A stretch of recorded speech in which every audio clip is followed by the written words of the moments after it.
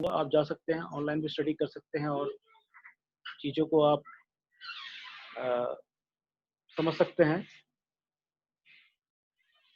Training methods की हम बात करते हैं तो ट्रेनिंग मेथड्स में कुछ प्रिंसिपल्स हैं। ट्रेनिंग और पीरियडाइजेशन है, ट्रेनिंग लोड्स हैं, ट्रेनिंग और डिफरेंट मोटर एबिलिटीज़ हैं। इसमें स्ट्रेंथ, स्पीड, फ्लेक्सिबिलिटीज़ को हम कैसे टेस्ट करें, कैसे ट्रेन करें सो दैट हम एक खिलाड़ी की जो है पीक परफॉर्मेंस या हम हाई परफॉर्मेंस ले सकें। फिजियोलॉजी स्टडी करता है डिफरेंट बॉडी पार्ट के ऑर्गन्स को, heart, lungs, kidneys, other other body parts आपके कैसे काम करते हैं ट्रेनिंग लोड्स पे या डिफरेंट ट्रेनिंग कंडीशंस में या डिफरेंट स्पोर्ट्स में, specially wushu.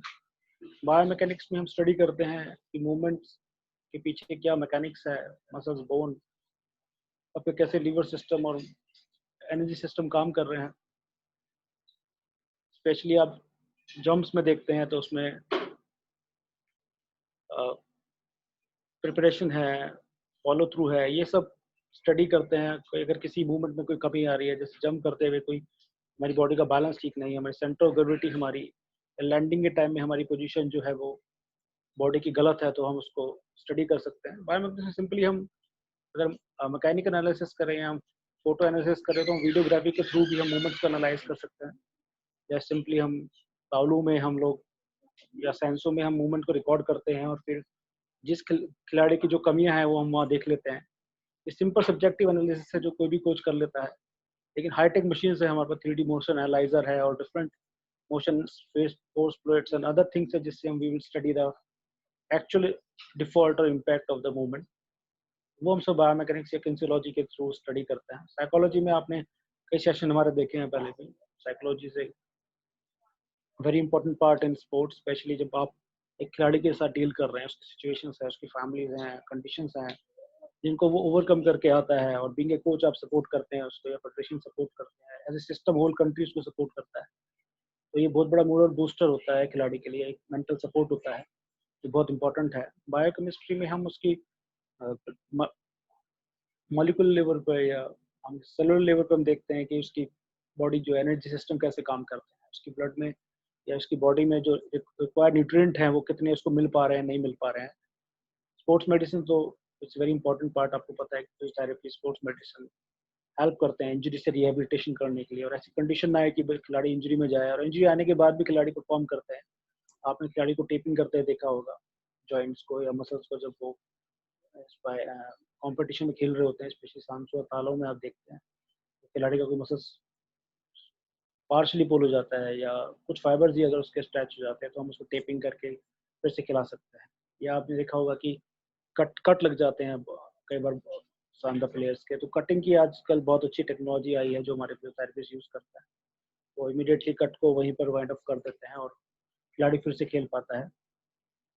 Test and measurements हैं, आपके जितने भी साइंटिफिक टेस्ट हैं वो हम इसमें स्टडी करते हैं, और उसको कैसे, उसका प्रोटोकॉल कैसे फॉलो करना है, उसके पैरामीटर्स के नॉर्म्स को हम कैसे यूज़ करके वुशु की परफॉर्मेंस बढ़ा सकते हैं, ये सब इसमें स्टडी करते हैं। तो ये कुछ ब्रांचेज हैं जो स्पोर्ट्स की हेल्प करती हैं हमें। स्पोर्ट्स पहले तो स्पोर्ट्स साइंस को समझने में, फिर उनको कैसे मैंने इम्प्लीमेंट करना है अपने वुशु की परफॉर्मेंस बढ़ाने के लिए।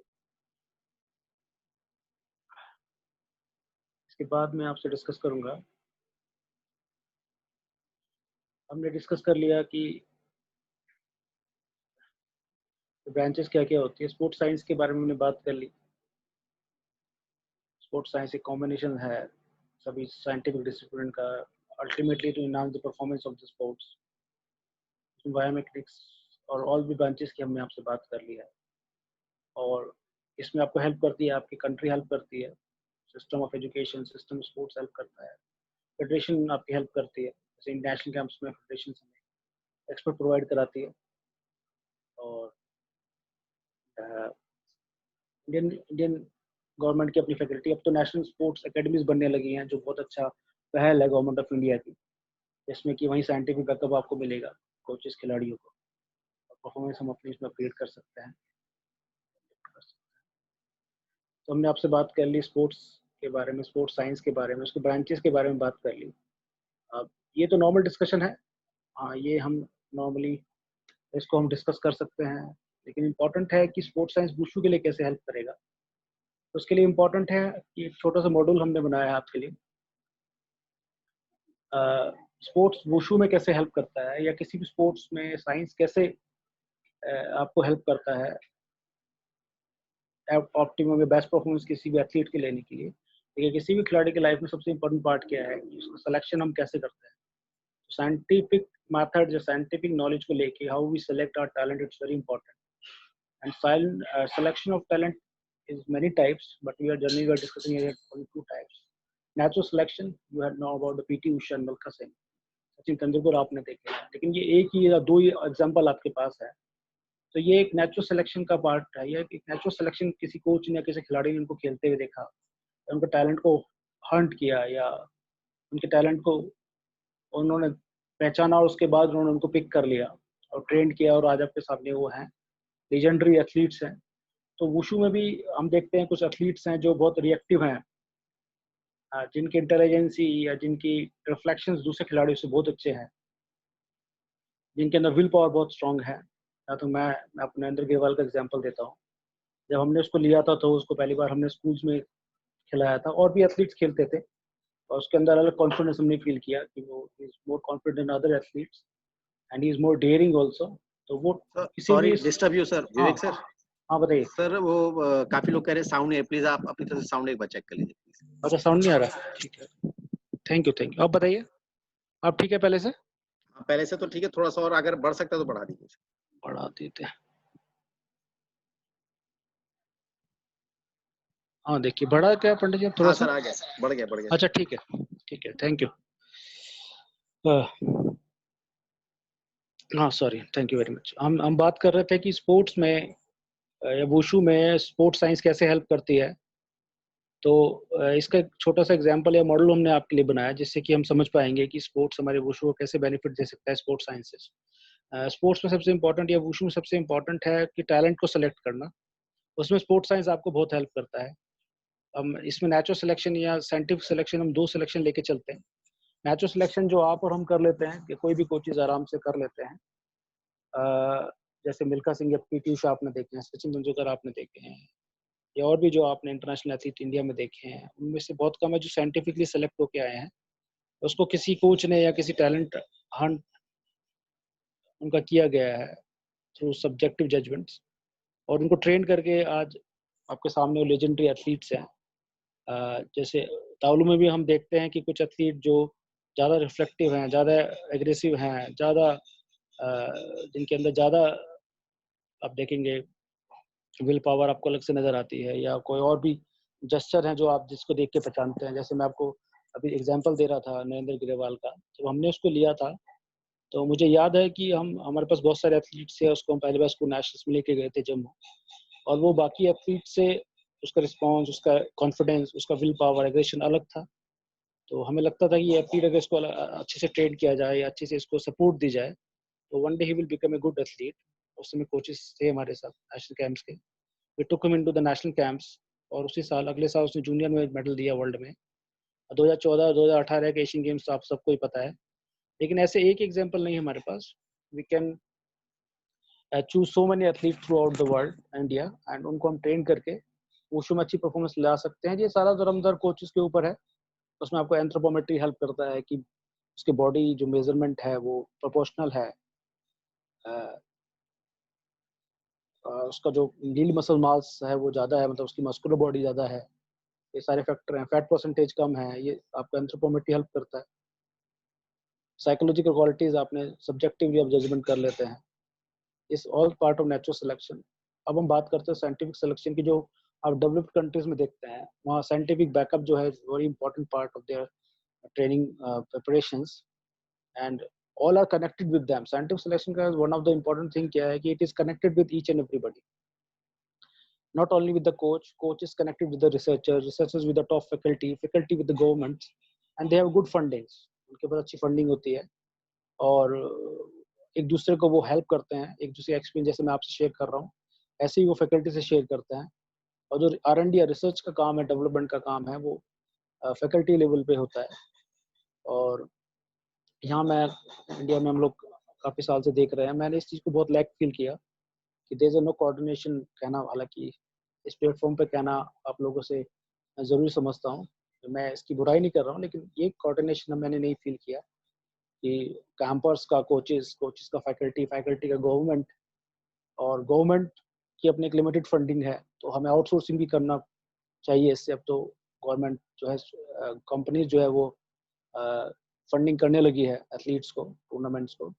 तो अब टाइम आ रहा है हमारी कंट्री में कि हम लोग एक ऐसा नेशनल स्पोर्ट्स फंड बनाए R&D रिसर्च के लिए, जो ग्रास रूट लेवल तक भी साइंटिफिक डिस्कवरीज को और साइंटिफिक जो है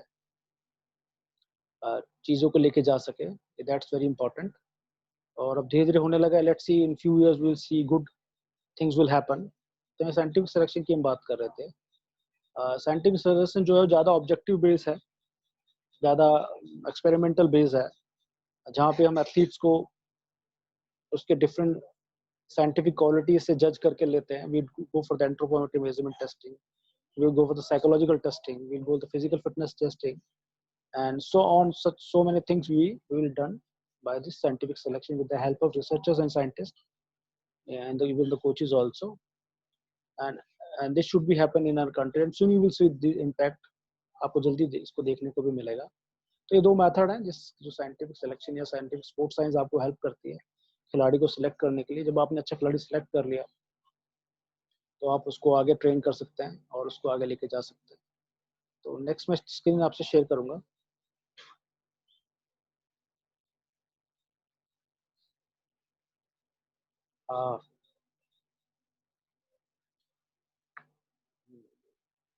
जब हम खिलाड़ी को सिलेक्ट कर लेते हैं साइंटिफिक सिलेक्शन के थ्रू, हमने उसको सिलेक्ट कर लिया, और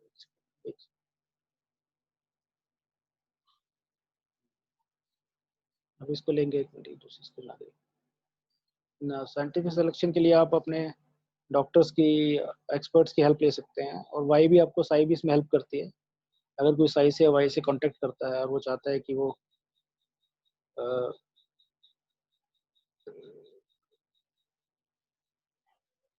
इन पैरामीटर्स को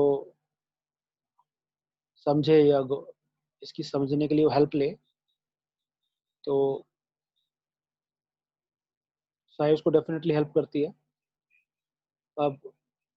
अब इम्पोर्टेंट जो प्रॉब्लम हमारे साथ आती है सभी स्टेट्स में, डिस्ट्रिक्ट में, हेलो, हाँ, जो इम्पोर्टेंट प्रॉब्लम हमारे साथ आती है सभी स्टेट या डिस्ट्रिक्ट में कोच लेवल पे, कि कोच को have to select a team for a state, for a district, for a national. और उसके लिए उसे हमने कुछ गाइडलाइंस जो हम फॉलो करते हैं, भी हमने रिकमेंड किए हैं NOC के लिए, नेशनल स्पोर्ट्स एकेडमी के लिए। तो उसमें इंपॉर्टेंट है कि आप अपने लेवल से बीइंग ए कोच आप क्या कर सकते हैं। You will go for physical fitness for the athletes. Physical fitness के लिए इनिशियल स्टेज पे अगर 8 से 10 साल का बच्चा है और उसको आप नेशनल स्पोर्ट्स एकेडमी में लेना चाहते हैं, अपनी कोचिंग के उसको सिलेक्शन लेना चाहते हैं, और आपके पास 100 ऑफ स्टूडेंट्स है, 15 ऑफ स्टूडेंट्स है, और आपको लिमिटेड बच्चों को लेना है, तो you can go for certain physical fitness test to know the physical ability of the athletes. यहाँ पे standing broad jump, explosive strength of lower extremities के लिए हमने टेस्ट रिकमेंड किया था। मेडिसिन बुल थ्रो है to know the explosive strength of upper extremity, say hand in hand. Deadlift especially is not recommended for the child, but we can go for the grip strength to know the maximum strength. Or in the national camps, we go the whole maximum strength testing for the elite athletes. 30-meter run for speed है, 30-meter run we can go for this, even the 60 meters sometime for the kids. Leg split for flexibility, तो flexibility जो है one of the important factor है wushu में। और flexibility naturally भी athletes की होती है, कुछ बच्चों में उनके जॉइंट्स, उनकी मसल्स की जो क्वालिटी है वो that is as such that they can split more than other childrens. तो leg splits we can go for test for the flexibility. Stick drop test for reaction ability, because आपका eyes hand coordination is very important in wushu, and you have to see this through the stick drop test. And there's a boomerang test for the agility, number 7. Boomerang test is a test of to know the agility, how fast you can change your body or your movements. It's very important in combative sports. And we have a speed endurance test at 600 meters, sorry, it's 800 meters, 600 meters, and 400 meters for different age groups, senior, junior, and sub juniors, so that we can understand the physical fitness parameter or physical ability of a student. और इन खिलाड़ियों को हम select कर सकते हैं अपनी coaching के लिए। इसके बाद हम एक और देखेंगे, स्क्रीन आपसे शेयर करेंगे। ये सब आपको मिल जाएगा, ये सारा डाटा जितने भी है आपको, ये प्रेजेंटेशन आपके लिए बनाई है आपको मिल जाएगी थ्रू द YNSI। एंड ये फिजिकल फिटनेस टेस्ट की बात हमने कर लिया है। अब हमें बात करते हैं कि these are tests in front of us. It's about the intelligence test, psychological test है, अलेक्जेंडर पास और on test or co-block design test है। 16 blocks are there. So we come to know that which kids are more intelligent to compare to the others, because colors को पहचानने की और fast जो है को पिक्चर डिजाइन करने के लिए बच्चों को बताया जाता है इसमें, और टाइम से रिलेट किया गया है इसको। जो भी कम से कम टाइम में बनाते हैं, हम मानते हैं कि वो बच्चों की जो एबिलिटी है, इंटेलिजेंस है या IQ है, अदर बच्चों से ज्यादा है। उसके नॉर्म्स है हमारे पास, वो टेस्ट हम आपको सब प्रोवाइड करा देंगे। मेडिकल टेस्ट तो होता ही है स्टैंडर्डाइज। आपने देखा अगर स्टेट, डिस्ट्रिक्ट, नेशनल आप खेलने जाते हैं तो आपसे मेडिकल फिटनेस टेस्ट मांगा जाता है। तो यहाँ पर ये बहुत इंपॉर्टेंट होता है, क्योंकि अगर कुछ बच्चे हैं वो medically they are not able to perform their tasks, so it's hard to take them for the high performance sports. But as a person anybody can play wushu। ऐसा नहीं है कि wushu जो है सिर्फ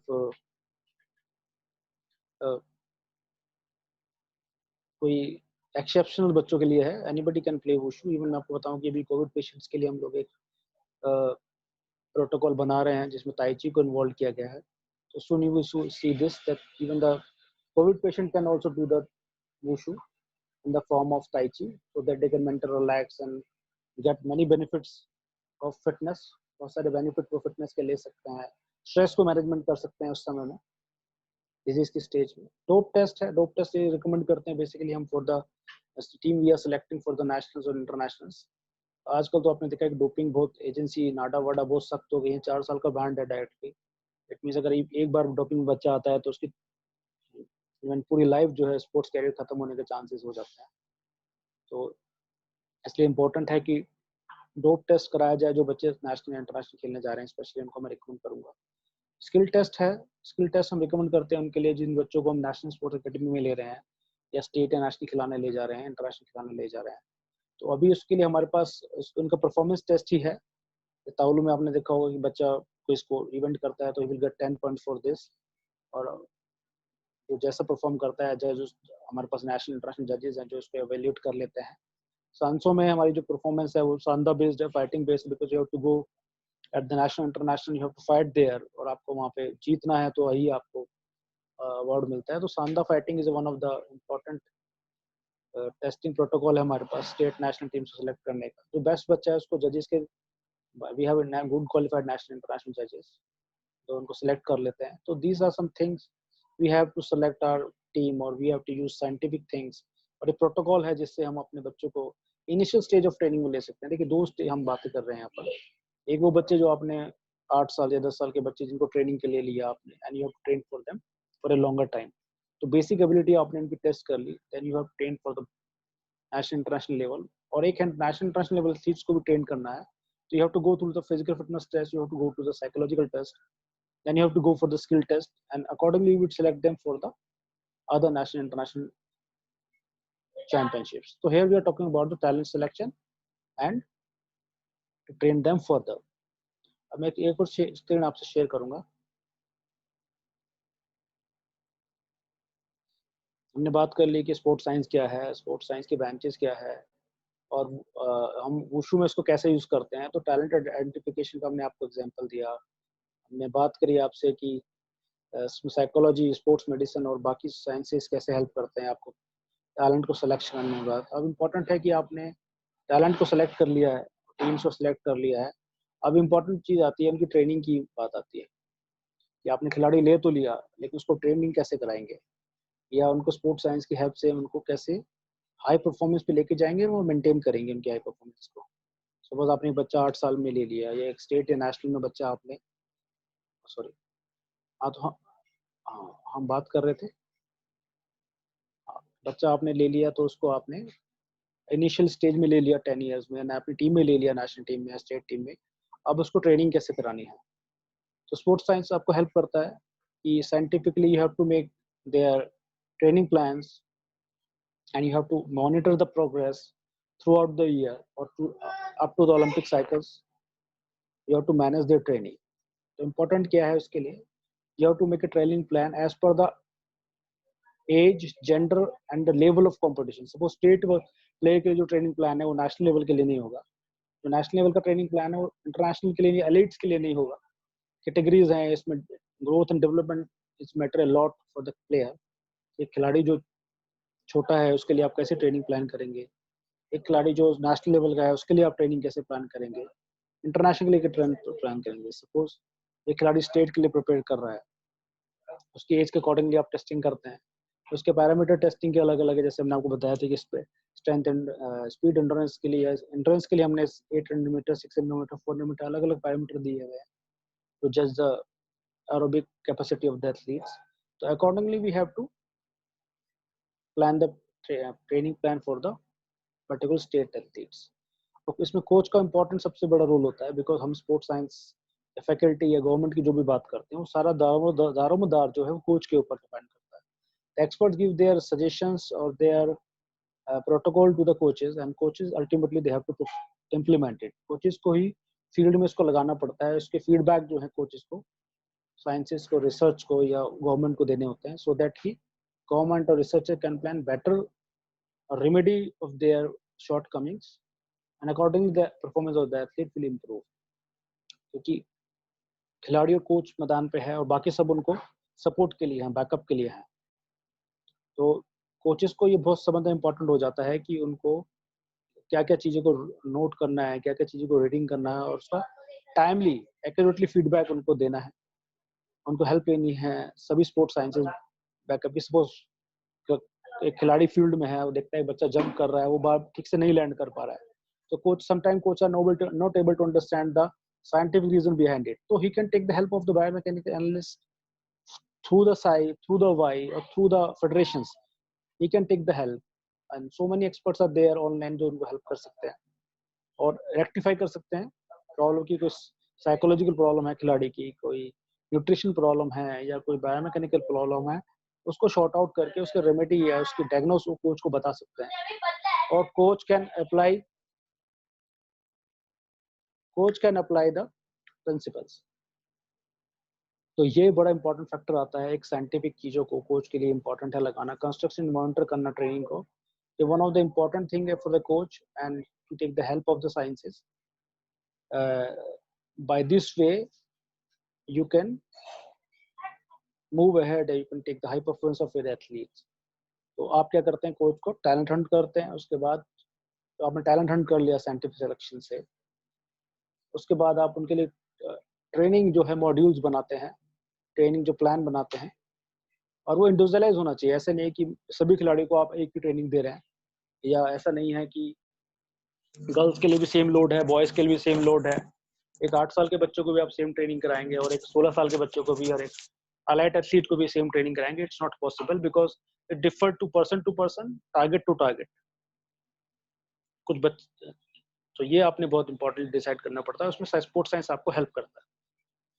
अब हमने सारी बातें कर ली और सब कुछ हमने डिस्कस कर लिया, हमने ये भी देख लिया कि स्पोर्ट्स कैसे काम कर रहा है, साइंस कैसे काम कर रहा है, हम सिलेक्शन कैसे कर रहे हैं, और हमने उसको ट्रेनिंग को, चलो हमने ये भी सीख लिया कि हमें स्पोर्ट्स साइंस को इम्प्लीमेंट करना है उसकी ट्रेनिंग पे, लेकिन वो जो है ट्रेनिंग प्रोटोकॉल लगता कहाँ है बेसिकली, सारी चीज़ें कहाँ होती है, इस स्लाइड में हम देखेंगे। इस स्लाइड में हम देखेंगे, ये आपके सामने एक ग्रेडेशन का प्लान है, एक एनुअल प्लान आप देख रहे हैं कि एक ट्रेनिंग पीरियड में अगर मैं 1 जनवरी को शुरू करता हूँ तो 31 दिसंबर तक जो मेरी ट्रेनिंग है वो किन किन फेजेज में होगी, कितने पार्ट होंगे उनके, और मैं टेस्टिंग कहाँ कहाँ उसमें करूँगा। तो एक एनुअल प्लान का मॉडल आपके सामने है, इसको हम पीरियडाइजेशन बोलते हैं। इसमें आप देखेंगे फेजेस ऑफ ट्रेनिंग है, इसमें प्रिपरेटरी फेज है, कोई भी खिलाड़ी आपने लिया तो उसकी प्रिपरेशन आपने कराई, एनुअल प्लान की हम बात कर रहे हैं। फिर एक कंपटीशन फेज आपका आएगा और कंपटीशन फेज के बाद आपको रिकवरी फेज या ट्रांजिशन फेज में भी जाना पड़ेगा, और ये कंपलसरी पार्ट है। ये आप यूएसए, यूके, वर्ल्ड में कहीं भी एलाइड स्पोर्ट्स साइंस से ट्रेनिंग में आप जाएंगे तो आपको इसी तरह के पीरियडाइजेशन वहाँ मिलेंगे। और इनके सब फेसेस होते हैं कि सपोज आपने खिलाड़ी को ले लिया तो उसको जनरल प्रिपरेशन में डालना है। सपोज ऐसा तो नहीं लेते ही आप उसको कॉम्पिटिशन में डाल देते हैं, ऐसा तो नहीं होता है। पहले उसकी जनरल प्रिपरेशन कराते हैं, इसमें फिटनेस ट्रेनिंग, उसकी फीडबैक सब कुछ आप उसको कराते हैं। उसके बाद आप स्पेसिफिक प्रिपरेशन में जाते हैं, प्रिपरेटरी 1 या PP1 या PP2 हम से जानते हैं। इसके लिए लेटेस्ट लिटरेचर है, बुक्स है, मैंने आपके लिए रेफरेंस जो दिए उसमें सब आपको मिल जाएगा। आप डिटेल स्टडी कर सकते हैं उसमें, और कोई भी क्वेश्चन होगा तो कभी भी वाई से साई से आप हमसे पूछ सकते हैं। Then you have to move to the pre competitions. Because ऐसा नहीं कि आपने प्रिपरेशन कर लिया सीधा आप कॉम्पिटिशन में चले गए, ऐसा नहीं है। सपोज आपने फिटनेस को प्रिपेयर किया, जनरल फिटनेस थी आपके पास, then you move to the specific. लेकिन what is the requirement of your competition? Suppose competition में तो आपको 2 मिनट की फाइट करनी है या 1 मिनट 20 सेकंड ही इवेंट को परफॉर्म करना है, तो क्या आपकी एनारोबिक कैपेसिटी, आपकी टेक्निकल कैपेसिटीज, आपका साइकोलॉजिकल सेटअप कॉम्पिटिशन जैसा हो गया है कि नहीं हो गया? तो ये प्री कॉम्पिटिशन में हम करते हैं प्लान, उसका शेड्यूल बकायदा लगाया जाता है। 40 डेज से लेके वो कितने भी डेज का हो सकता है, depend on the requirement of the competition. Then we have to move to the competition. अब ऐसा फेज है कि अब आपको प्री कंपटीशन और मेन कंपटीशंस खेलना है, तो we have give a particular day और time for this, and it's a peaking of your all abilities, your fitness, your technical, your psychic capacity, all capacity will, you have to focus on the competition period. Competition खेलने के बाद whatever the result, you have to analyze this result, you have to keep with you, and उसके बाद आपके खिलाड़ी को आपको transition phase पे ले जाना पड़ता है। मैं इंडिया में देखता हूँ कि बहुत से कोचेस जो है वो ट्रांजिशन फेज में नहीं ले जाते और प्रॉपर रिकवरी एथलीट की नहीं कराते। तो नेक्स्ट शेड्यूल जब बच्चे को उठाना होता है तो वो बहुत सारे इंजरीज का प्रोन हो जाता है, उसकी शोल्डर्स निकलना या उसके नीज एंकल इंजरी या मसल्स पुल, ये सब चीजें सिचुएशन देखने को मिलती है, फटीग, बहुत सारी चीजें देखने को मिलती है। ट्रांजिशन एक बहुत इंपॉर्टेंट पीरियड है, and we have to plan for the athlete कि वो रिकवरी करे, और जो भी इसको चोटें लगी हैं, जो भी इसका एग्जॉस्ट हुआ है, वो हैव टू रिकवर इजीली, और उसको हम सपोर्ट करें मेंटली, साइकोलॉजिकली और फिजिकली दोनों तरह से। आपने देखा होगा मैंने इसमें ये रेड लाइनें खींची हुई हैं, ये मैंने आप ही के लिए खींची है, ये आपको ये बताने के लिए कि जब खिलाड़ी किसी इनिशियल फेज में आता है तो ये फर्स्ट लाइन आपने जो देखी है, जो माइक्रोसाइकिल के पास आपको नजर आ रही है, यह फर्स्ट फेज है जहां आप उसकी सारी टेस्टिंग करते हैं। जो आपने पीछे देखी कि फिजिकल फिटनेस आपको उसकी टेस्ट करनी है, आपको उसकी साइकोलॉजिकल टेस्टिंग करनी है, कोई बायोमैकेनिकल करनी है, या कोई भी टेस्टिंग आपने करनी है। जैसा हम नेशनल कैंप में जब बच्चे लाते थे तो हम उनको उनकी इनिशियल टेस्टिंग कर लिया करते थे। और मुझे याद है कि 2010 एशियन गेम्स में हमने खिलाड़ियों को जब लिया था तो उनकी इनिशियल टेस्टिंग और प्री और पोस्ट दोनों की थी, तो हमें उनकी रेट ऑफ इम्प्रूवमेंट पता लग गया था उससे। जब जनरल प्रिपरेशन हमने खत्म किया उसके बाद हम टेस्ट करते हैं। आप देखें स्पेसिफिक के बाद एक है स्पेसिफिक, हमने अचीव किया नहीं किया है कैसे पता चलेगा आपको? जब आप टेस्टिंग करेंगे तभी आपको पता चलेगा कि आपने जो बच्चे को टारगेट दिए थे ट्रेनिंग के वो अचीव किए नहीं करे, उतनी स्पीड, उतनी स्ट्रेंथ, उतनी मूवमेंट एबिलिटी उनके अंदर आई कि नहीं आई। और प्री कॉम्पिटिशन टेस्टिंग या बिफोर कॉम्पिटिशन टेस्टिंग बहुत इंपॉर्टेंट हो जाती है, क्योंकि ये बताती है कि आपने 4-6 महीने जो भी ट्रेनिंग करी है उसको एग्जैक्ट आपने कितने पीक को अचीव करा है, कितनी आपने उसमें जो है अपनी पोटेंशियल को अर्न किया है, और उतनी पोटेंशियल से आपको अपना कॉम्पिटिशन खेलना है। तो वहाँ मैटर कर जाता है कि अगर आपकी fitness up to the mark नहीं आ पाई है या technique up to the mark नहीं आ पाई है, you have to go for the competitions, तो आपको टेक्निकल पार्ट को कितना यूटिलाइज करना है so that you will get the maximum result in the competition. तो ये सब चीजें हैं जो आपको हेल्प करती हैं।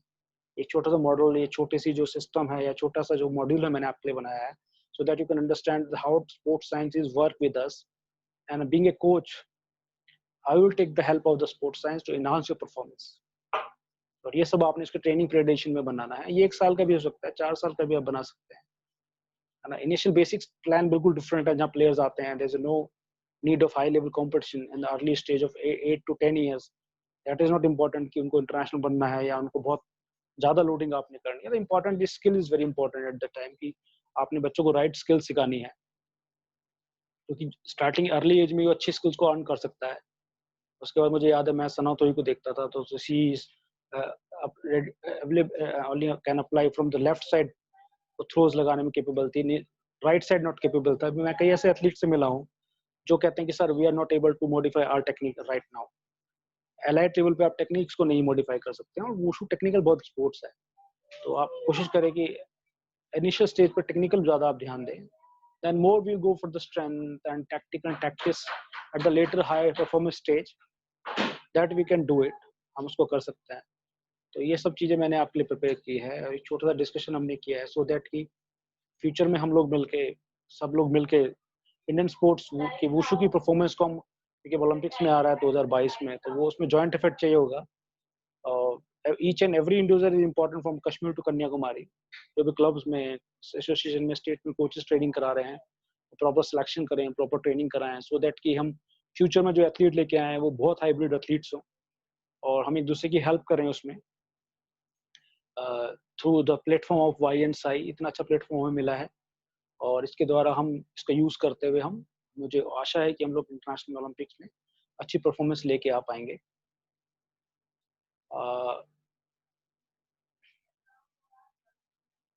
तो इट्स ऑल अबाउट, मैं थैंक्स करूंगा साई एंड वाई का और ऑल पार्टिसिपेशन का। उसके बाद मैं आप सबको थैंक्स करूंगा and we will open the chat section for everybody so that आप एक एक करके रेज हैंड कर लेंगे और हम डिस्कस कर लेंगे एक एक पॉइंट।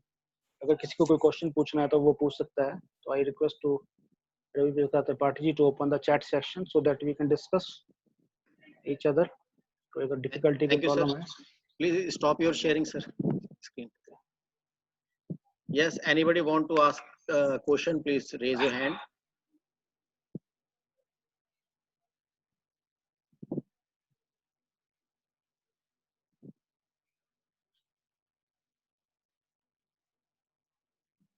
आई थिंक एक जांगर ने खोला है, सुमित ने खोला है, हर्षित एमपी ने, तीन लोगों ने उठाए हैं।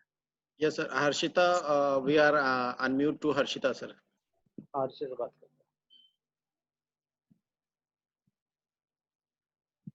Yes, Harshita, you may ask. हाँ हर्षिता बोलिए। Harshita, you may ask.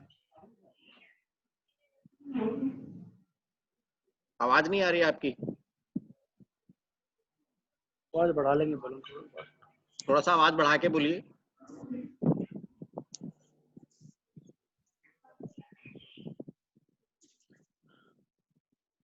Amit, you may ask, please. Amit पाल। हाँ अमित। नमस्कार सर। हाँ नमस्कार अमित, बोलो।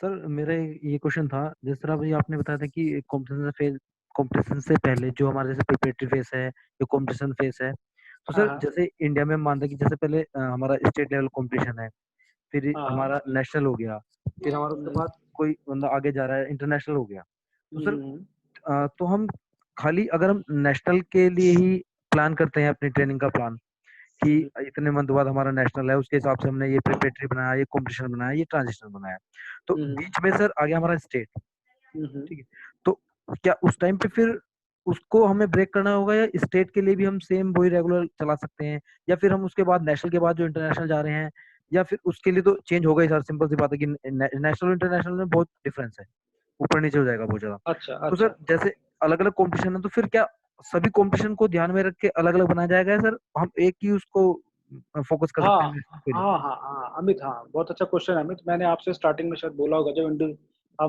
ट्रेनिंग प्लान और मॉनिटरिंग की बात कर रहे थे, मैंने कहा ये हर खिलाड़ी के लिए स्पेसिफिक होता है। जी जी। और ये जो कंपटीशन प्लान है ये उसके उस साल के या उस साल के बेस्ट कॉम्पिटिशन्स को लेके हम प्लान करते हैं। सपोज आपके पास अगर उचित है तो उचित के लिए आप नेशनल प्लान नहीं कर रहे हो, आप उचित के लिए प्लान कर रहे हो कि अगला इंटरनेशनल कौन सा है उसका। उचित वर्ल्ड में नंबर 2 है तो इसको नंबर 1 हमने बनाना है ना।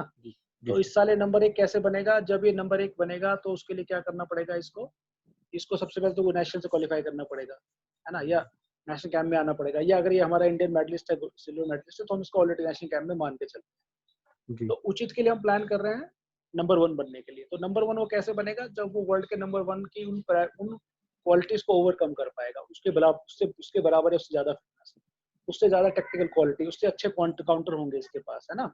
और फिर हम इसकी ट्रेनिंग प्लान करेंगे और जितने भी बीच में कंपटीशन आएंगे वो उसके पार्ट ऑफ प्रिपरेशन ही होंगे। अगर स्टेट भी आता है या नेशनल आता है या चाहे उसका सर्विसेज का ट्रायल है ना, या चाहे उसका कोई इंटरनेशनल बिल्डअप कंपटीशन है, चाहे पारस कप है, चाहे दूसरा है कोई सेफ गेम्स, तो वो उसकी टोटल ट्रेनिंग का पार्ट है ना। तो आप हर खिलाड़ी के लिए टारगेट जरूर बनाओगे, बिकॉज आप आर्मी वाले हो तो आप ज्यादा समझते हो कि टारगेट लेके आर्मी तैयारी करती है। तो उचित का टारगेट क्या है? वर्ल्ड नंबर 1 बनना। तो वर्ल्ड नंबर 1 के लिए हम उसको साल भर ट्रेनिंग कराएंगे और जो स्टेट नेशनल्स आ रहे हैं वो उसकी पार्ट ऑफ प्रिपरेशन होंगे। सपोज अगर वो प्रिपेयर नहीं है प्रिपरेटिव पीरियड में, तो आप स्टेट आ गया तो नहीं खिलाओगे उसको, अच्छी सी बात है, समझदार बात है। लेकिन नेशनल आ गया और उसको टेस्टिंग करनी है, वो कंपटीशन फेज में आ गया आपने, अब हमें चाहिए कि नहीं इसको एक नेशनल खिला लेंगे तो इसकी एक कंपटीशन टेस्टिंग हो जाएगी। जी इम्पोर्टेंट नहीं है कि उसमें उसकी क्या रैंक आती है ना। जी इम्पोर्टेंट क्या है कि आपने जो ट्रेनिंग कराई है वो वर्ल्ड नंबर 1 के लिए चल रहा है, नंबर नेशनल्स में वो 19-20 होता है या क्या होता है, दैट मैटर्स अनदर थिंग, है ना। जी जी तो जी आप हर खिलाड़ी को टारगेट करेंगे अमित। जी सर अगर स्टेट का खिलाड़ी हो तो उसको स्टेट तक की तैयारी कराएंगे ना, उसको जी स्टेट में गोल्ड मेडल लेना है तो आप उसकी ट्रेनिंग क्या है कि स्टेट तक है, तो आप डिस्ट्रिक्ट में उसको कब खिलाना है ना, या जी उसके लिए कब आपने कॉम्पिटिशन ऑर्गेनाइज कराना है, तो उसकी प्रिपरेशन स्टेट वाइज हो जाएगी, नेशनल की नेशनल वाइज हो जाएगी और इंटरनेशनल की इंटरनेशनल का सर। बस यही मैं तो सर मेन ये कि जो उसका इस साल का हमारा मेन टॉप इवेंट है उसके हाँ हाँ हिसाब से हम उसका पूरा शेड्यूल बनाएंगे और उसके बीच बिल्कुल में बिल्कुल बीच हो में सकता है, जो भी बिल्कुल जो भी हो सकता है एशियन चैंपियनशिप भी हो क्योंकि इंटरनेशनल है ना, उचित जी सर इंटरनेशनल है, जी तो जी उसके लिए हो सकता है इस साल एशियन हो या जी सर वर्ल्ड हो, तो आप जी उसको फोकस करके उसका पूरा प्लान बनाएंगे साल भर का, ठीक ठीक। है ना। अच्छा तो सर ये मैं कभी कभी ये भी थोड़ा सा सर प्रॉब्लम आती है कि जैसे अगर मेरी टीम में 40 बंदे हैं सर, हाँ ठीक है, हाँ तो सर सभी अलग अलग लेवल के प्लेयर हैं सर, तो सर हाँ सबके कोई लिए कोई अलग। हाँ तो हाँ सर नहीं नहीं, एज अ हाँ बता जी एक मिनट सर बस, बता बोलो ठीक है बोलो प्लीज। कि सर सबको ट्रेनिंग जैसे अगर 40 बंदे हैं तो 40 में से 10 हाई लेवल के हैं, 10 थोड़ा कम लेवल के हैं, तो सर हाँ उन हाँ सभी का फिर हमें शेड्यूल मतलब अलग अलग डिसाइड बिल करना पड़ता हाँ हाँ बिल्कुल अलग अलग डिसाइड होगा, लेकिन वो आपके साथ जैसे जिम में एक साथ ट्रेनिंग कर रहा है। जी सर, है ना, लेकिन उनका लोडिंग अलग अलग हो जाएगा, तो लोडिंग अलग अलग है ना। करनी देखो उचित अगर जितनी बेंच प्रेस मारता है उतने बाकी तो नहीं मारते होंगे, जी जी है ना, जी सिंपल उसकी सी वेट बात है। कैटेगरी उसकी हाँ वेट हाँ कैटेगरी हाँ हाँ हाँ वो हाँ, सारे एक साथ प्रैक्टिस कर सकते हैं, जी नो प्रॉब्लम, लेकिन जी सबके टारगेट डिफरेंट डिफरेंट है, सब लोग मैट में प्रैक्टिस कर रहे हैं, लेकिन जी एक की जो टेक्निकल स्किल अच्छी नहीं है उसको आप स्पैरिंग भी करा रहे हो, आप उसको अलग से टेक्निक प्रैक्टिस दे रखी है आप, है ना। जी लेकिन अब उचित को स्पैरिंग देनी है तो उनको डमी बना के स्पैरिंग करा रहे हो उचित के साथ, है ना। ठीक और ठीक स्टार्टिंग में आपने प्लेस किया तो ये आप बैठ के डिस्कस करते हो, ये उनको क्लियर कर देते हो कि आपका टारगेट क्या है और आपको किस किस पैरामीटर पे फोकस करना है, ये coach versus athlete discussion is very important होता जी है ना। Okay sir, thank you sir, thank Amit you, take care, good luck Amit. Okay Okay, thank you sir. next is Anami Kushwaha. Sir हाँ खुशवा जी बोलिए। हाँ सर, मैं ये जानना चाहता हूँ जैसे मेरे यहाँ बच्चे प्रैक्टिस करते हैं, है ना, हाँ हाँ तो सर हाँ मैं उनको स्टेपिंग भी कराता हूँ, सब कुछ करा रहा हूँ, वर्कआउट अच्छा कराता हूँ, लेकिन उनका वेट लूज नहीं हो पा रहा है। ये मतलब कुछ ऐसी साइंस में कोई ऐसी चीज है, मतलब क्या प्रॉब्लम आ रही है उसकी बॉडी में, किस वजह से तो उनका वेट बहुत कम लूज हो पा रहा है। 1 किलो लूज होता है, 2 किलो, उससे ज्यादा जाता नहीं है नीचे। अच्छा अच्छा, आपको क्या कारण लगता है, आप अपना कारण बताइए पहले। सर मैं तो उसको डाइट प्लान पूरा दे चुका हूँ, एक्सरसाइज भी करा रहा हूँ, रनिंग भी करा रहा हूँ, मेरे अच्छा समझ में नहीं आ रहा ऐसा क्यों हो रहा है। अच्छा, आप उनको स्ट्रेंथ ट्रेनिंग दे रहे हैं अभी जिनका वेट तोड़ रहे हैं, क्या सर? मतलब उनको जिम वगैरह कराते हैं जिनका वेट तोड़ रहे हैं। हाँ सर, रनिंग कराता हूँ, स्टेपिंग कराता हूँ, जीनों पे मतलब जीने भी बने हुए हैं, उन पर वर्कआउट हाँ नहीं कराता नहीं, हूँ। मैं कह रहा हूँ आपको उनको जिम वगैरह भी कराते हैं, वेट ट्रेनिंग कराते हैं। नहीं, वुशु की ट्रेनिंग कराता हूँ, सांदा की। शानदार की ट्रेनिंग कराते हैं। एक तो सबसे पहले आप हाँ। कुशवा जी इसके लिए आप क्या करेंगे, हमारे डाइट एंड न्यूट्रिशन डिपार्टमेंट है ना, उसकी आपको हेल्प लेनी पड़ेगी, अच्छा क्योंकि वो फिर आपको बताएंगे प्रॉपर्ली कि कितना एनर्जी कंज्यूम कर रहे हैं और कितना वो निकाल रहे हैं बॉडी से, अच्छा है ना। अच्छा। Yes sir. हो सकता है क्योंकि देखो आप अब वो घर जाते हैं तो डाइट तो आपके कंट्रोल में नहीं है उनकी, आपने उनको बोला कि 2000-2500 कैलोरी लेनी है, वो उतनी तो नहीं ले रहे हैं, है ना। हाँ हाँ। तो उसके लिए प्रॉपर क्या होता है, हमारे आप डाइटिशियन के साथ बैठेंगे, हमारे जो एक्सपर्ट है डाइटिशियन या किसी भी आप यस डाइटिशियन सर। के साथ बैठ के उनका उनका जो है एनर्जी कंजम्पशन निकाल सकते हैं, है ना। अच्छा और उन बच्चों को बोल सकते हैं कि वो उतनी डाइट ले जितनी आपने उनको बताई हुई है ना। और जो एक्सरसाइज आप कर ठीक। रहे हैं, एक्सरसाइज की हमारी बहुत सारी ऐप है, ठीक है, जैसे आपने रनिंग हाँ। की है आधा घंटा तो उसमें कितनी कैलोरी आपने बर्न कर ली, बात समझ रहे हैं। तो यस सर। कितनी कैलोरी आपने ली, कितनी बर्न की, जब आप उसको प्लस माइनस करेंगे तो आपको पता चल जाएगा कि पर डे आप कितनी कैलोरीज बर्न करके वेट लॉस कर, है ना। अच्छा तो उसके लिए आपको ठीक है सर। एक्सपर्ट एडवाइस लेनी पड़ेगी, है ना। ठीक है सर। तो वो आप हमारी वाई से फेडरेशन से कॉन्टैक्ट कर लें या अपनी स्टेट एसोसिएशन से कर लें, तो हम आपको ये आपको हेल्प करवा देंगे। Okay, next is thank you Pankaj Pushpa ji. Jaiswal.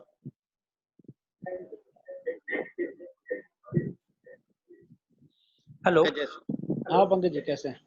हाँ जैन सर। जैन पंकज जी कैसे हैं? सर ठीक हो सर। हाँ सर बताइए ये क्या। सर ये जो हाँ एनुअल प्लान है सर, हाँ इसमें मुझे एक चीज ये पूछना था, जैसे हम ये जो भी टेस्ट वगैरह करेंगे हाँ और हाँ एक फेज से दूसरे फेज में जाने के लिए हम तैयार हैं, लेकिन हमारे कुछ हाँ प्लेयर मान लीजिए कि अभी पूरा अपना जो शेड्यूल है उसके हिसाब से वो तैयार नहीं हुए हैं और हाँ नेक्स्ट फेज में हमें जाना है, तो हाँ उनके लिए क्या इसके बीच में हमें पॉज लेना पड़ेगा उन ऐसे सिलेक्टेड प्लेयर्स का? हाँ, देखो मैंने अमित को भी बताया था पंकज कि ये जो होता है ना इंडिविजुअली होता है, कोई भी ट्रेनिंग प्लान जो है ना इंडिविजुअली होता है। तो जैसे एक क्लास में बच्चे पढ़ते हैं और सबको होमवर्क दे देते हो आप, जी है ना, जो होमवर्क बच्चा करके नहीं लाता आप क्या बोलते हो कि आप इसको पहले पूरा कंप्लीट करो। जी जी जी तो ट्रेनिंग भी जो है, फेजेस भी जो है, वो उनकी रिक्वायरमेंट है, वो आपको पूरी करनी पड़ेगी। नहीं वो तो सर हाँ सही है, हाँ, मैं इस चीज को मानता हूँ, लेकिन उनको लेके, हाँ उनको लेके अगर आप नेक्स्ट वीक फेज में चले जाओगे तो उनको चांसेस होंगे ज्यादा प्रोन टू इंजरी हो जाएंगे वो लोग, जी जी है ना, क्योंकि उनकी मसल्स, उनकी बॉडी प्रिपेयर नहीं है। जी जी और यही इंपॉर्टेंट नॉलेज का यही फायदा है कि बच्चों में जागरूकता आ जाती है। अगर आप उनको बताते हैं बात, उनके पेरेंट्स को बताते हैं, जी तो वो बच्चों की ट्रेनिंग मिस नहीं करते हैं, वो बच्चे फिर ट्रेनिंग मिस करना छोड़ देते हैं। मैं आपकी प्रॉब्लम समझ गया, इंडिया में जी ये बहुत जगह है। जी उसका इंपॉर्टेंट प्रॉब्लम क्या है कि जागरूकता नहीं है बच्चों में, पेरेंट्स में। जी सर जैसे आप देखोगे आईआईटी, आईआईएम की कोचिंग सब बच्चों को पता है, पेरेंट्स को पता है, जी उसके लिए पे भी करते हैं, वो पर मिस नहीं करते, लेकिन ये नहीं पता है कि आप जो ट्रेनिंग दे रहे हो उससे ओलंपिक मेडल भी आएगा, जी जी है ना। ये वुशु ओलंपिक में आ गया, यूथ ओलंपिक आप 2022 जा रहे हो, जी जी और वहाँ जो बच्चे मेडल लाएंगे तो उनका अलग चार्म होगा कंट्री में। जी जी तो ये चीजें जो है, पेरेंट्स को अगर प्रॉपर्ली गाइड किया जाए, बच्चे को गाइड किया जाए, तो वो ट्रेनिंग मिस नहीं करेंगे। नहीं सर, ये मैंने इसलिए पूछा कि हाँ मैं समझ, जैसे जो मेरा एम है, हाँ जैसे हाँ कोई कंपटीशन है उसका तो डेट एक डिसाइड है, हाँ हाँ लेकिन अगर हम उस बंदे को लेके चल रहे हैं, मान लीजिए कि हमारे पास टॉप लेवल के 3-4 बंदे हैं, हाँ लेकिन हाँ उनको उन्हीं के ठीक पीछे जो लेयर हाँ चल रही है, हमें हाँ उनको भी अचीव कराना है, तो हमारे एज ए कोच हमारे ऊपर रिस्पॉन्सिबिलिटी तो पूरी है, हाँ हाँ क्योंकि आफ्टर कंपटीशन वो हम्म, तो यही पूछेंगे कि साहब हमारे बच्चे में क्या कमी रह गई, या प्लेयर पूछेगा सर हमें क्यों नहीं अचीव हुआ, हम्म, क्योंकि ये हमारे जो व्यवहारिकता है उसमें तो ये देखा जाता है कि आफ्टर कंपटीशन लोग अपना दोष नहीं या अपनी कमियों को हाँ इग्नोर करते हैं। हाँ, वो ठीक कह रहे हो पंकज जी, लेकिन अगर आपने एक बार उनको क्लैरिटी दे दी, उनको क्लैरिटी से जी आपने बता दिया कि इसके क्या कॉन्सिक्वेंसेज हो सकते हैं, जी तो सर मुझे लगता है कि वो आपको ब्लेम नहीं करेंगे फिर। जी जी और जो सिंसियर होंगे वही आपके साथ आगे चलेंगे। मैं आपको एक चीज और बता दूं कि जी सिंसियर खिलाड़ी आपके साथ साल दर साल जुड़ते हैं। जी जी एक ही साल में आपके पास अच्छे एलाइट एथलीट नहीं आ जाएंगे, आपके आगेकारी शिष्य नहीं आ जाएंगे। जी तो जो अच्छे हैं उनको आपको लेके साल दर साल आगे चलना पड़ेगा, और आपके पास एक अच्छी टीम बन जाएगी, जी सर है ना। और थोड़ी स्टेट एसोसिएशन, डिस्ट्रिक्ट एसोसिएशन या वाई अगर साइज सख्त हो जाती है, तो आपने देखा जी होगा नेशनल कैंप से ही बच्चे निकाल दिए जाते हैं जो रेगुलर नहीं हो रहे होते। जी सर जी सर तो ये एक प्रोटोकॉल है जो बन जाता है, धीरे धीरे हमारा आप मिलकर बना सकते हैं, है जी सर ना। Okay, thank you, Pankaj. Thank you sir. Next is Harshita. Harshita MP.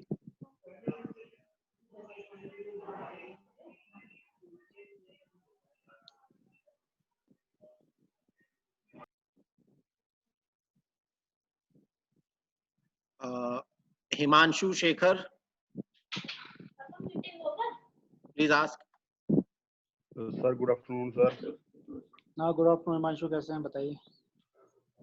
बढ़िया सर। सर मैं ये पूछना चाहता हूँ कि अगर एक प्लेयर वेट लॉस कर रहा है तो क्या उसकी बोन डेंसिटी वो भी कम होगी या नहीं? अगर होगी तो उसमें अगर बोन डेंसिटी कम होती है तो उसको डिसलोकेशन में या फ्रैक्चर में प्रॉब्लम नहीं आएगी अगर अगर होता है उसमें तो वेट लॉस के टाइम? तो हिमांशु वेट लॉस जब आप कर रहे हैं, अगर कैल्शियम डिपोजिशन आपकी बॉडी से निकल रहा है, तो बोन डेंसिटी की हम बात कर सकते हैं। लेकिन देखो जनरली ये यूज टू होते हैं खिलाड़ी, जैसे आपने देखा होगा बॉक्सर थे हमारे, अखिल थे हमारे पास, कैंप विजेंद्र सिंह थे। बॉक्सर्स तो बहुत फ्रीक्वेंटली वेट तोड़ते हैं, है ना। तो उनकी जी बॉडी जो होती है यूज टू हो जाती है ना। बोन डेंसिटी आपकी कम हो रही है अगर, तो किसी पर्टिकुलर कोई प्रॉब्लम है बॉडी की, उसकी वजह से ही होती है ना। लेकिन अगर आप ट्रेंड है, if you are trained enough और रैपिड वेट नहीं तोड़ रहे हैं, तो आपको एक तो वीकनेस फील नहीं होती है और आप यूज टू हो जाते हैं उसके, है ना। तो अगर ऐसे आपको दिक्कत आती है तो you can take the help of the expert also. ठीक है, आप एक एक्सपर्ट की हेल्प ले सकते हैं। डाइटिशियन बेसिकली आपको इसमें हेल्प कर देते हैं, जो मॉनिटर कर लेते हैं आपके प्रॉपरली न्यूट्रिएंट्स प्रॉपरली मिल रहे हैं, या बोन की जो दिक्कत है या प्रॉब्लम्स है वो ठीक है, ये सब आपको वह बता देते हैं। लेकिन अगर आप एक कोच हैं और आप ट्रेन कर रहे हैं, तो अगर तो आप इसको ये मान लीजिए हमारी कंडीशन का ये वन ऑफ द पार्ट है वेट तोड़ना, है ना। अगर आप इसको साइंटिफिकली तोड़ते हैं या आप इसको प्रॉपर तरीके से सिस्टम से तोड़ते हैं तो आपको दिक्कत नहीं आती है, फिर एथलीट जो होते हैं यूज टू हो जाते हैं। हाँ, मैं ये कहूँगा रैपिड ना तोड़ें, रैपिड वेट लॉस ना करें, है ना। रैपिड वेट लॉस थोड़ा सा दिक्कत वाला होता है। Thank you Himanshu. Next is Raghavendra.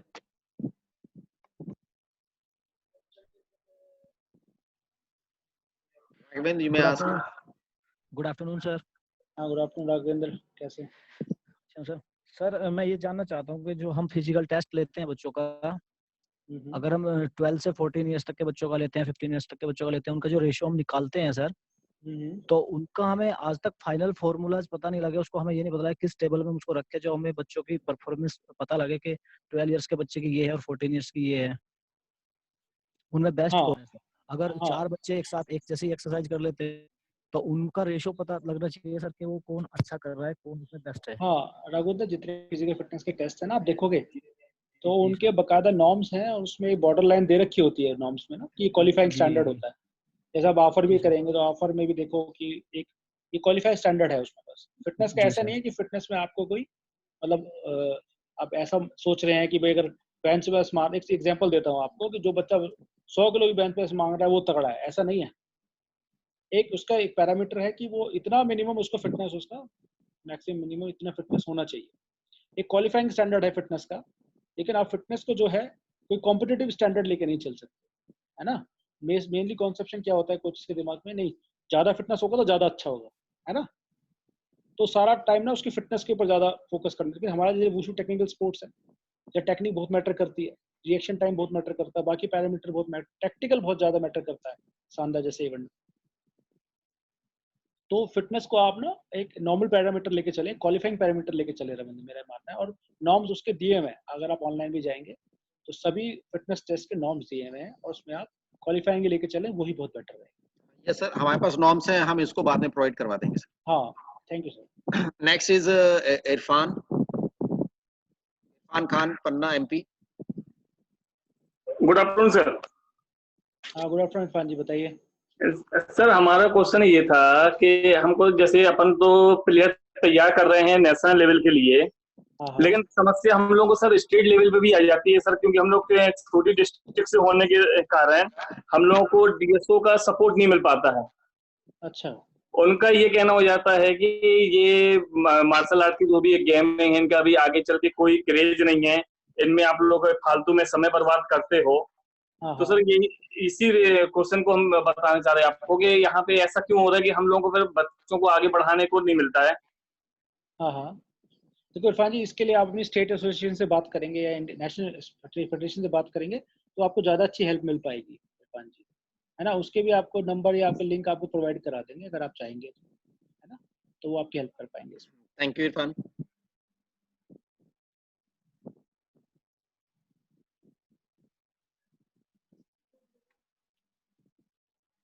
Now we will invite the last question.